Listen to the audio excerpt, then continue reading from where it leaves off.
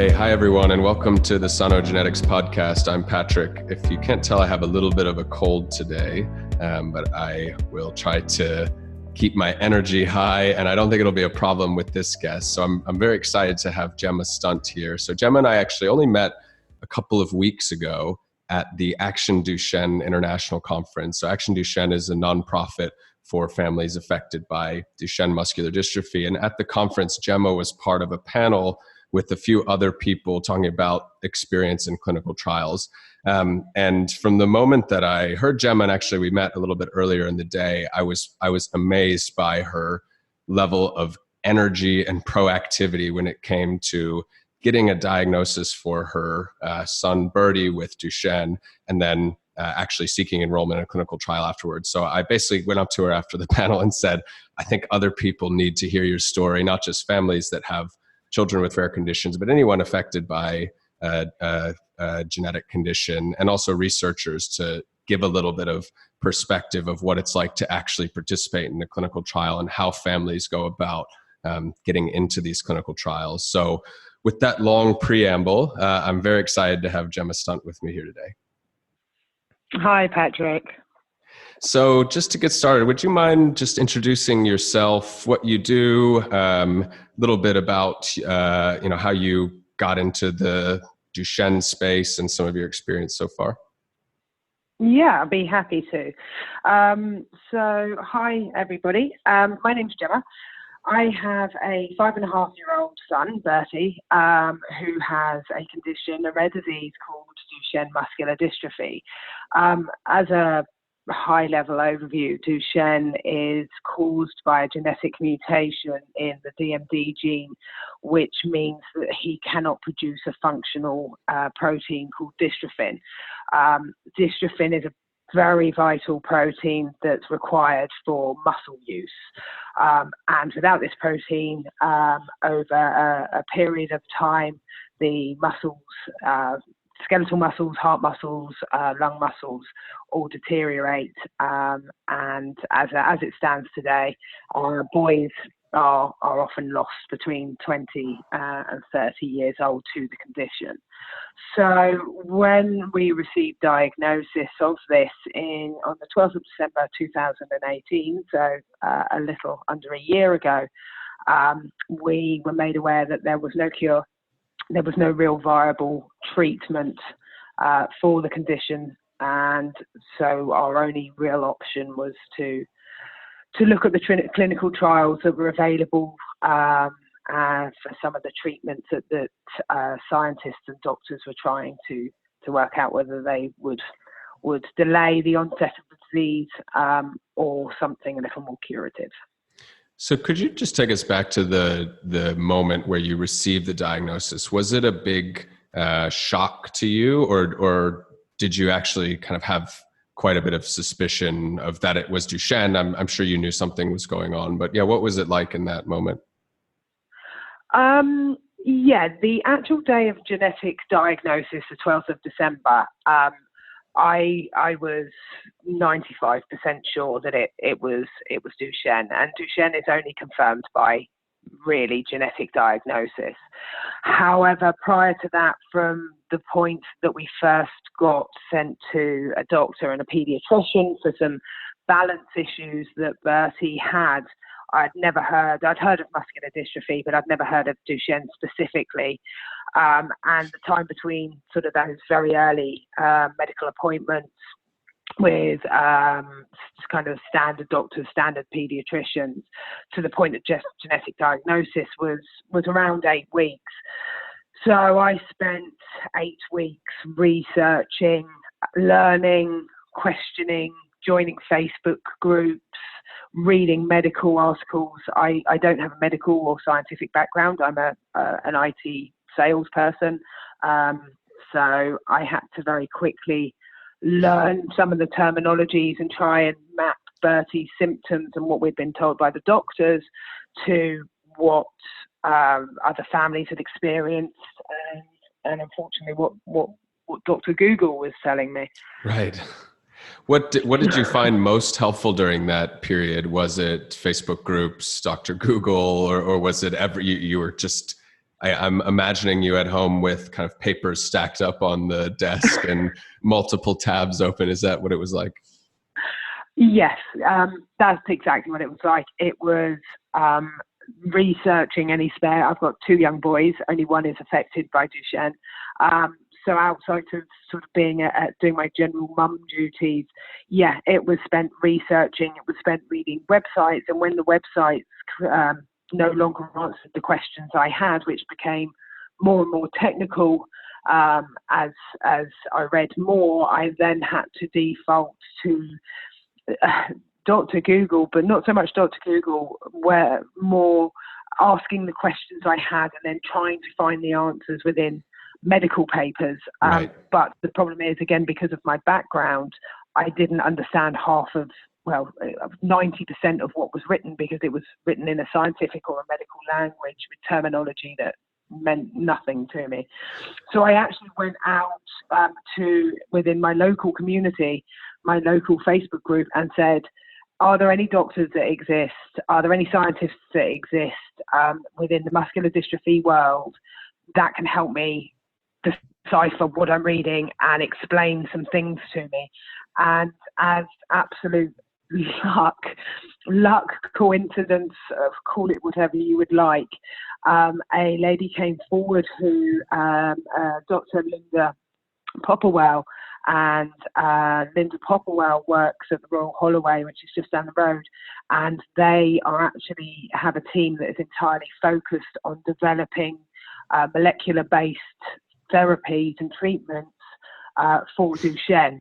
So I obviously jumped on her and said, yes, my son's got Duchenne, I believe. I need some help. And we met a number of times so I could get a more in-depth understanding of what I was trying to read and what it meant and what was going on. So I had a helping hand in my learning process, a very, very good helping hand. That's wonderful. And like many other parents that have a child affected by a rare disease, you do very quickly become an expert, don't you? I mean, you reading these medical papers probably in the course of 8 weeks went from knowing very little to being able to school most of the doctors who are non-specialists on the genetics and the potential treatments and how it might manifest and all those sorts of things, right? Yeah, you're absolutely right. Our local pediatrician at our local hospital, we do 6 monthly appointments with him, but actually I tell him, and I understand that it's a rare disease, it's a very complicated disease, and you have to move away from the mindset that all doctors know everything, because actually they don't. So you have to come to terms with a number of assumptions that you probably previously had before diagnosis about the medical and scientific community, assuming that everybody knows everything, because right. They don't. So yes, I spend time educating doctors and pediatricians, which is fine. And I think hopefully the world is changing to the point where people no longer view it as a one direction relationship where the doctor tells the patient or the parent what to do. We give Dr. Google a very hard time, but actually it's easier today than ever before to be an expert in something and to have it be a true two-way relationship, right? Yes, but we do also still live, maybe it's a British thing, it could be a worldwide thing, I can't really comment, but we still do live in a world of hierarchy where it's very easy to assume and believe that because a man or a woman has trained for so many years to be a pediatric consultant or to be a doctor, even to a certain degree a GP, that they would know more than you. And there are a lot of many parents that still are too respectful to defer to the authority. Don't want to question the authority of a doctor, even if what they believe they've learned is actually different to what they're being told. But Right. when you have a child with a rare disease, your job quickly becomes to question everything, Right. especially when there is no cure, when there is no real viable treatment, and there isn't really any options on the landscape. You have to question everything. You have to ask questions that you don't even know that your doctor knows the answer to, or your consultant or whoever. The tables turn very, very quickly. What has been the best experience that you've had with a doctor? Have you had a really good experience where a specialist has, you ask a question and they don't know the answer and they say, it's a great question, I'll get back to you. Have you had any really positive examples in that way? Not from doctors or consultants, no, unfortunately not. Right. From an NHS perspective, even for our neuromuscular doctor, consultant up in the specialist unit up in London, they're just too busy. They've got too many patients, and on the day of genetic diagnosis, we were told, "Here's a website to go to for clinical trials. Go and find the clinical trials that you want to go on." Really? That was it.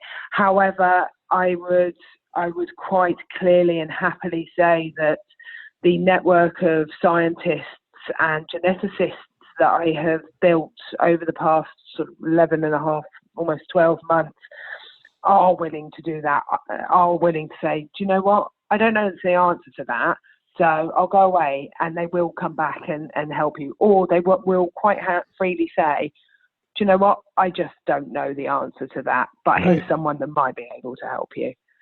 Yeah, well, that's good to hear. Maybe we can figure out how to. Well, and like you say, they're so busy that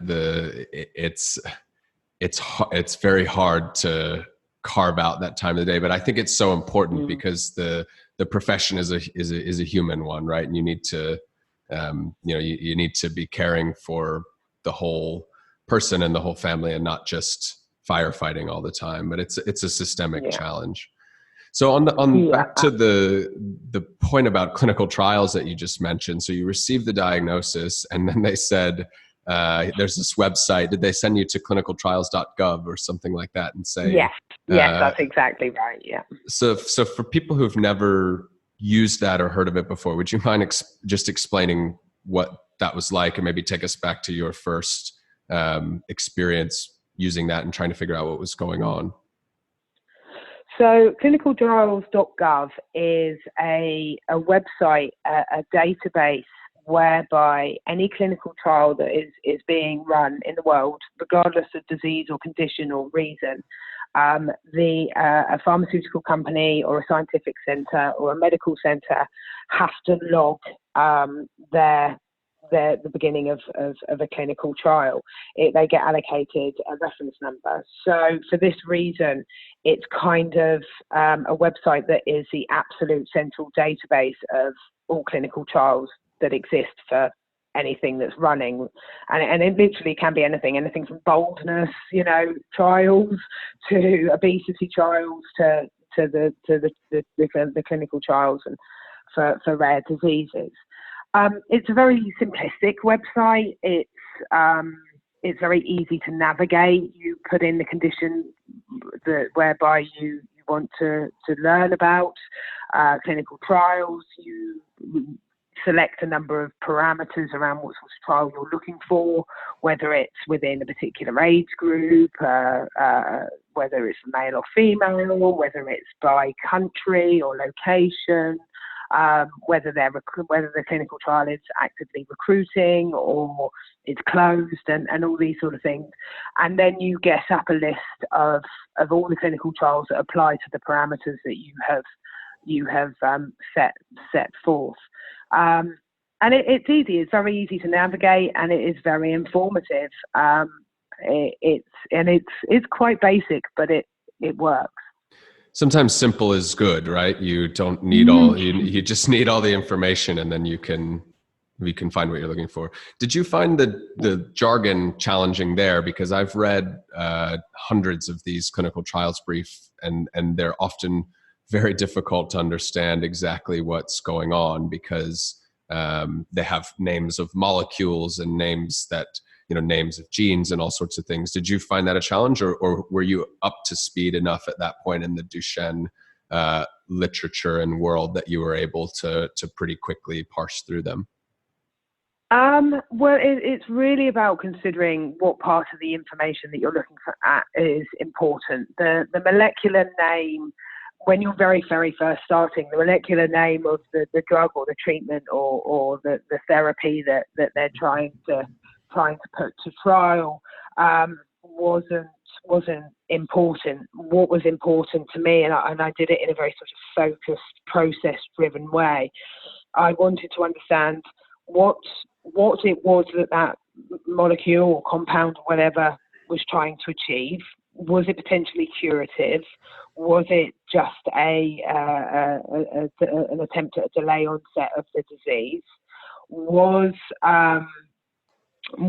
the outcomes easily measurable? Because what you have to remember is if you're going to enter a trial, you have to make sure that the trial outcomes are sensible. If and I can only use Duchenne, I'm not particularly familiar with any other rare diseases, but with Duchenne, if they said, well, our primary outcome for this trial would be completely curative, you would know that that's not really going to be achieved in such a quick way, right. Albeit that doesn't really exist.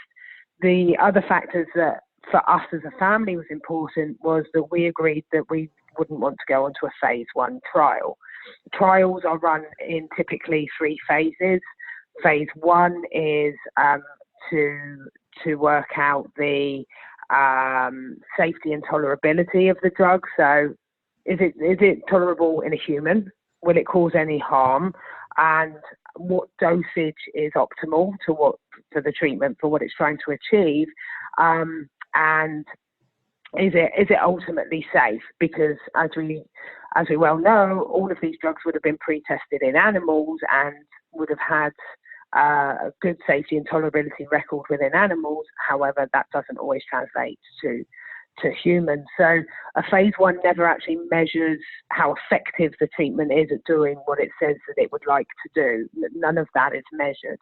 But for us as a family, looking at a phase 1, especially with Duchenne, when you're talking about gene therapies, which is basically gene editing, when you're talking about oligonucleotides, which is exon skipping, and you're talking about actually changing what the gene does, it can become quite risky and there can be a lot of toxicity issues. And again, going back to what I said about creating a network of scientists and researchers and things, I had already learned from Dr. Linda Popplewell to watch out for things like toxicity, kidney, acute kidney damage, right. and various other things that can be caused. So when I looked, I said, okay, I actually only want to look at a phase 2 or 3, because by which case the tolerability and the safety had been completed and the FDA had approved the continuation of the trial. So the other things too also that must be very clearly considered is, does your child, or do you, whoever is looking at a clinical trial, do they meet the criteria to be enrolled? Because if they don't meet the criteria, then there's absolutely no point in looking at that trial whatsoever.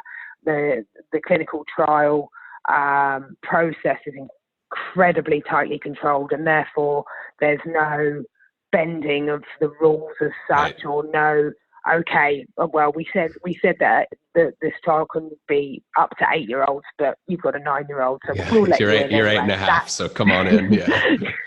Yeah, that doesn't exist. So it's a matter of literally, and the great thing about clinicaltrials.gov is you can actually export it into an Excel spreadsheet.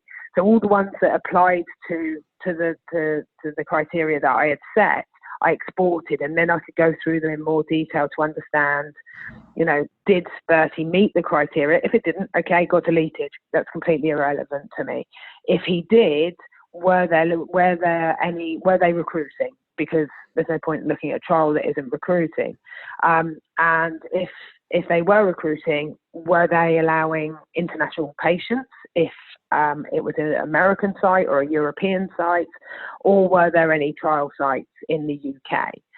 For us as a family, we had also made the decision we would quite happily travel to another country, to another continent for a trial. So it's about matching the criteria of the trials that fits the person that needs to go on the trial, but also the decisions that you're willing to make, or the risks that you're willing to take as a family. And that's a very personal choice. What fraction, do you remember about what fraction of the trials that were originally on your list ended up kind of making it to your short list of, they seem, they're phase 2 or phase 3, so they should be safe. My son seems like he fits the criteria. They're within a reasonable traveling distance. Do you remember how big that first list was, and then how much you got it down to? Yes. So I got it down to nine trials that fitted us and we fitted them. And then I think I contacted, because our neuromuscular consultant had kind of made it quite clear that we were on our own when it came to going on a clinical trial, I contacted the pharmaceutical companies responsible for the trial, and also all the medical centres that were running the trials, even in some cases multiple trial centres for the same trial, because some might be recruiting, some might already be full, some might not be recruiting yet. Right. And I think I got it down to, with the responses that I got, I think I got it down to a final 3. The only downside to clinicaltrials.gov is it's only as up to date as the kind of trial coordinator that's managing that application makes it. So you can have a clinical trial that says it's recruiting, and actually that information's out of date. That's probably one of the most frustrating things about it. But yeah, I think I got it down to the final 3. And what was their response like? Did you have to email multiple times or call, or did they get right back? And because one of the things we often hear is clinical trials, one of the biggest risks to them succeeding or failing is not finding enough people, or the right people in the right amount of time, and they're incredibly expensive to run. So was your experience that as soon as you got in touch with them, and you'd kind of already done the hard work to figure out that your son is probably a fit, were they ready to put you on a plane and enroll you the next day, or did it take some following up to do? The answer to that varies. So of the 9 that I contacted, I would say 4 or 5 responded within a few weeks. And I think it's important to also say that when I contacted them, I took a very medical, knowledgeable approach to the information I gave them. It was non-emotional. Here's my son, here's his age, here's his mutation, here's his phenotype. We are interested in this trial. Could you send us more information? It wasn't please can we get on your trial? Yeah. We really need it. Sort of an emotional response. It was very factual and to the point and short. And actually, it was we're looking for more information about your trial and whether it's still open and recruiting. And as many of them are run in the US, are you taking international patients? So I think it was about 4 that responded within a couple of weeks without any chasing. Some of them said, no, we're no longer recruiting. One said, your son doesn't meet the criteria, because it seems that they'd changed the criteria but hadn't changed it on clinicaltrials.gov. And the last one came back within... So I sent the emails on the 14th of December, 2 days after genetic diagnosis. And by the 2nd of January, she had come back to me to say that they'd had the go-ahead for the phase 3, and could we get on a call to discuss Bertie's participation. Wow. Did someone give you the advice to write to write the initial request in that kind of very technical and not passionate way, or was that your sales background of saying, I think you mentioned at the conference that you wanted to feel like they wanted you, not that you were begging your way onto the trial, which I think is a really important point. Was that, did you basically put your sales hat on and think, I'm not going to, write them a 5-paragraph essay of why we need to be involved, but I'm going to approach it very, very logically? Yeah, I think I was probably drawing on my sales experience. As humans, when we receive an email about a particular subject that is non-emotional to us, we can generally kind of digest about 2 paragraphs, right. Whether it's somebody trying to sell insurance to you, or whether somebody is trying to tell you about their son. They weren't going to read a 5-paragraph email. And it's also about being systematic about it. They don't need to know that you're very sad and you're upset and you desperately want to find a cure. They just need the facts, because medical people and scientific people, are very systematic themselves because of the nature of their jobs, but also because I'm sure they receive hundreds and hundreds of emails from parents or clinicians or scientists around the world about clinical trials, and no doubt about many, many other things as well. So I needed to make it an email that they could read quickly and make a very quick decision. Yes, this is of interest. No, it's not. And that, I felt, was the best way of getting a quick and decisive answer on moving forward. And if they didn't respond, then that was fine. It was clearly not of interest. I wish they all would have responded, but I understand that they won't. I think it's also important to say that whilst for the Duchenne world, there are a number of centralized kind of patient banks whereby trial centers or pharmaceutical companies can access a pool of patients that could be eligible to put on their trials. The data banks aren't great at the moment. There's a lot of work being done to make them better and make them global and make them ensure that we're up to date, but they're not great. So in which case, most hospitals or pharmaceutical companies will hold their own database of potential candidates for clinical trials for now and in the future.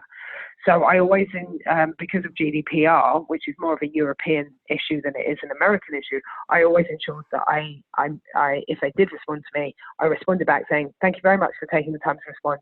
Please, you have my full permission to keep all of the details that I have provided on your database for future consideration on other trials. And I think that's quite an important point as well, because they're not allowed to retain your details if you haven't given them permission. Right. So you just make it super clear if there's any doubt that you want to be included and not deleted because there was some uncertainty about permission. That's really smart. Yeah. So then this is a very important point. Yeah, I mean, I think there's so many good points here. You've clearly learned a lot through the process. I think other people can hopefully take something from. So you got on the phone with the trial coordinator of the trial that you would eventually go on to join. What was the call like? Was it short, long? Did they tell you about the process? They ask about Bertie? The call was actually directly with the pharmaceutical company, with the VP of clinical trials for that pharmaceutical company, because not only did I go to the trial centres, I went directly to the pharmaceutical companies as well. With clinical trials, there's often no one clear process of delegation when trying to recruit. Often the pharmaceutical companies will try and recruit, and the trial centres and doctors and consultants as well. So for one trial, you may have to go and speak to 3 different parties in order to get a response from someone. On this occasion, it was the pharmaceutical company, the VP of clinical trials. My husband and I got on a call with her. I already had done enough research into their molecule to understand what it did, or what it was designed to do, and what the hypothesis was behind how it would do it. It was really more, it was really more about the logistics of the trial, talking through about Bertie. So we were qualifying them as much as they were qualifying us and Bertie. It was very much a two-way call to gather information on both sides. What was it about talking to them that convinced you that was the right trial? Because you can correct me if I'm wrong on this, but my understanding, well, you can almost always only be on one at a time. But even once you've enrolled in one, it makes it harder to do other ones in the future, right? Yeah, so you can only ever be on one clinical trial at a time, because no medical agency or approval agency is going to let you have or let any trial go ahead where you're on two discovery drugs at the same time, because you never know how they might mix together. Exactly. So I had already decided that this molecule and what it was designed to do was a good fit for us for that time. Bertie was only 4.5. He was doing very well for a Duchenne boy. I felt that we had some time to allocate to a placebo in the case that we went on a placebo. I think it's important to consider that pretty much any clinical trial will always have a placebo arm, whereby a percentage of the boys or people on that clinical trial, let's say 50-50 for simplistic terms, 50% will get the discovery drug and 50% will get a placebo. That is a stipulation by the likes of the FDA or the EMA to ensure that there is adequate data to prove that the drug in question is working compared to a placebo. So for us, it was, okay, are we willing to waste a year, because that was the term of the clinical trial, on the possibility of being on a placebo and taking that risk? Do we believe that this molecule and the hypothesis about what it does behind it is the sort of drug that will help Bertie? Do we genuinely believe that? Do we believe what we've read? Are we impressed enough by the mouse data? And also, what phase is it on? This particular one was on a phase 3. It was very safe. It was very tolerable. 40 boys had already been on it for a year and a half, with absolutely no adverse effects of any sort. The actual molecule didn't interfere with any other systematic workings of the body. It had a very specific target and a very specific job to do.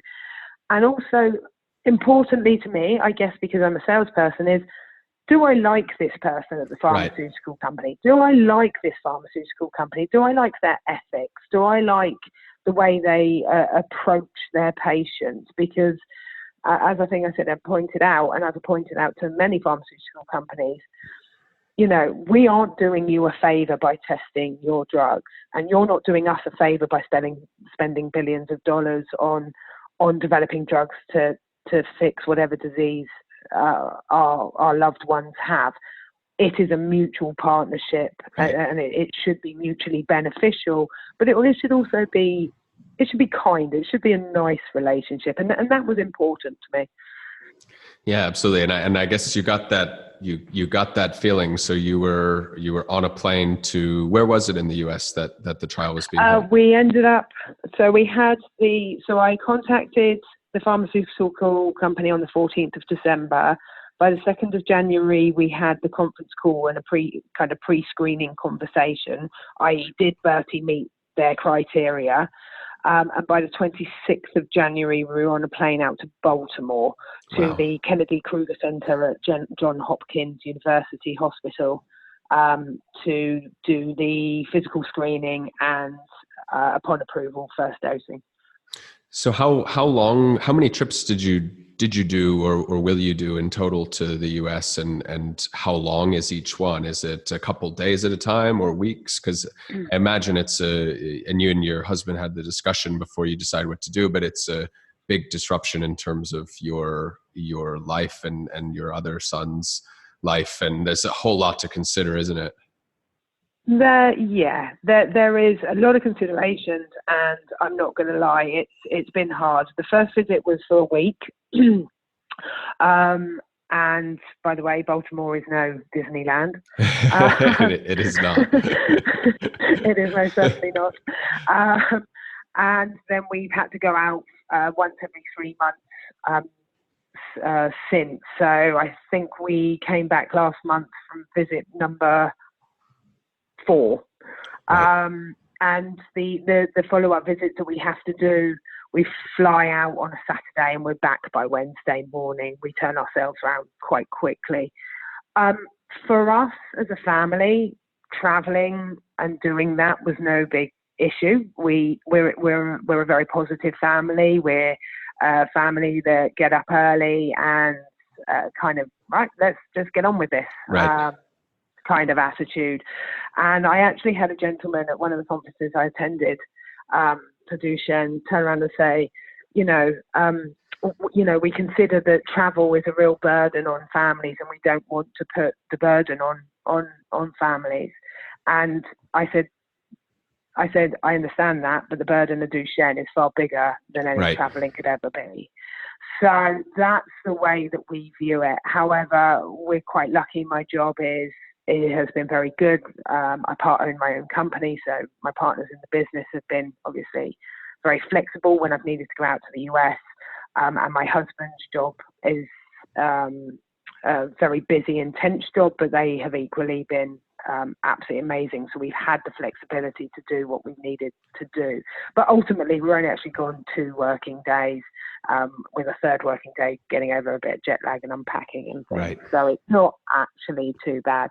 But there are many families that decide that's too much or don't have the circumstances whereby they have that flexibility. Again, that decision is entirely a very, very personal one. And there's no wrong or right answer in any of these decisions and what you can or cannot do.